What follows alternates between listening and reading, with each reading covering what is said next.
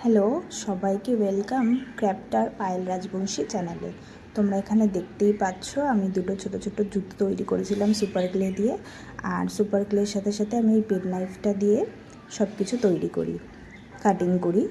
আর এখানে দুটো জুতো সমান পরিমাণে তৈরি করার জন্য কিন্তু আমি দুটো ডো সমানই নেব, তাহলে কিন্তু জুতোর সোল দুটো সমান হবে। তো এখানে আমি হাতের সাহায্যে একটু চেপে চেপে দেখো জুতোর সোল দুটো তৈরি করে নিয়েছি। এরপর পেন নাইফের সাহায্যে সাইডে একটুখানি দাগ দাগ একটু ডিজাইন করে নিয়েছি।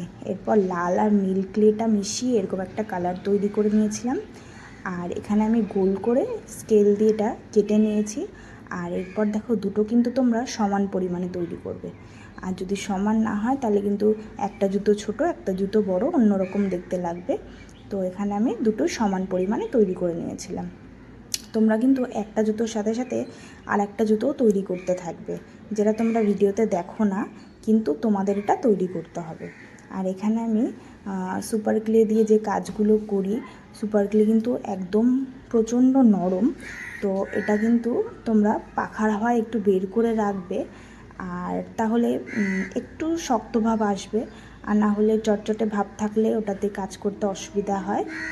আর হচ্ছে একটা স্টেপ বাই স্টেপ কাজ করবে, যেমন একটা স্টেপ আটকানোর পর ওটাকে একটু শুকোতে দেবে, তারপর আরেকটা স্টেপ আটকাবে। আর ভিজা অবস্থায় কিন্তু তোমরা যদি আটকাও তাহলে কিন্তু সব একসাথে জুড়ে যাবে, আর শেপ কিন্তু কোনোটারই শেপ সুন্দর থাকবে না।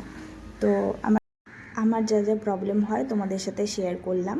এরপর তোমাদের আরও কিছু জানার থাকলে অবশ্যই আমাকে কমেন্ট করো, আমার চ্যানেলটা সাবস্ক্রাইব করো। তো আমার ভিডিওগুলো কেমন লাগছে অবশ্যই কমেন্ট করে জানিও। আজকের মতো টাটা।